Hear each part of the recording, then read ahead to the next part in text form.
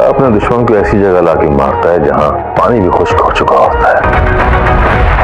कहीं मेरी इंसाफ की ख्वाहिश कैसे अपने बाबा के खिलाफ जाके कोर्ट को सारे सबूत दे दूं? अच्छी तरह याद कर ले कि कोई है जो हमारी मदद कर सकता है। पिया ने खुद को कमरे में बंद कर लिया। पिया पिया पिया उसका नाम सुनता हूं तो दिमाग खराब हो जाता है मेरा। उसके बाद मैं इस कबाड़िए के ऊपर 50 करोड़ का केस फाइल करूंगा। ना उलझे इन अमीरों से। क्या करूं? एक तरफ बाबा है और दूसरी तरफ एक मजलूम लड़की। जी करता है कि जान से मार दूं उसे मैं। ये सब कागजात काफी नहीं है मुजरिम का जुर्म साबित करने के लिए।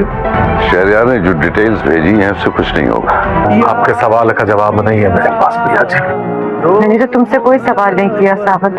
50 करोड़ दिवालिया निकल जाएगा उसका। मुझे पूरी उम्मीद है। फिर मैंने अपनी भी हर उम्मीद तुम्हारी उम्मीद से बांधती है सावत। सैयद दाऊद का वकील खाकान उसे इस बात का यकीन दिला चुका होता है कि वो बड़ी आसानी के साथ ये केस जीत जाएगा और उसका वकील उसे ये बात भी कर रहा होता है ये केस जीतने के बाद हम उस पर 50 करोड़ के हर्जाने का हत्या के इज्जत का केस करेंगे। तो सैयद दाऊद जैसे ही ये बात सुनेगा वो तो बहुत ज्यादा खुश हो जाएगा और वो अपने वकील से यही बात करता है कि फिर तो असलम कबाड़िया सच में कबाड़िया ही बन जाएगा, उसका तो दिवालिया निकल जाएगा। और वो दोनों बहुत ही ज्यादा मुस्कुरा रहे होते हैं और सैयद दाऊद वहां पर ये बात भी करता है, मैं अपने दुश्मन को यूं ही नहीं जाने देता, मैं उसे तड़पा कर मारता हूं और मैं इन बाप बेटी के साथ भी ऐसा ही कर रहा हूं। और वहीं दूसरी तरफ जो कुछ अदालत में हो चुका होता है, पिया इस बात को लेकर बहुत ही ज्यादा परेशान होती है और वो घर वापस आकर अपने आप को कमरे में बंद कर लेती है और वो यही सोच रही होती है कि शायद वो ये जंग हार जाएगी।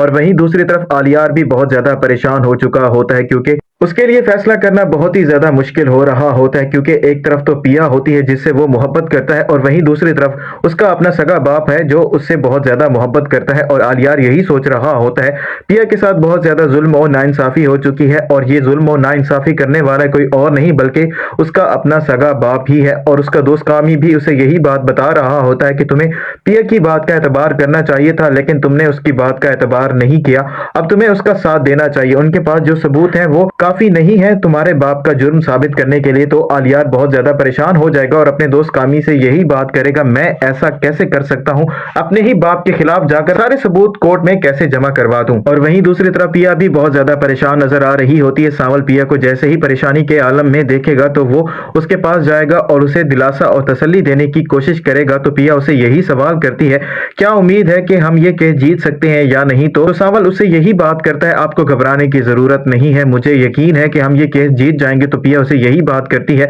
बस मुझे तुम्हारे इसी यकीन की जरूरत है और मैं ये केस जीतना चाहती हूँ और अपनी माँ को इंसाफ दिलवाना चाहती हूँ। और आलियार यही फैसला करने वाला है कि वो कोर्ट में जाकर अपने बाप के खिलाफ सारे सबूत जमा करवा देगा और पिया की मदद करेगा क्योंकि उसको ये बात मालूम है उसे पिया का साथ देना चाहिए था, उसने उसका साथ नहीं दिया लेकिन अब सही फैसला किया है। और सैयद दाऊद के खिलाफ जैसे ही अदालत में सबूत आएंगे और वो सबूत देने वाला कोई और नहीं उसका अपना सगा बेटा ही होगा, तो सैयद दाऊद के पांव तले से जमीन निकल जाएगी।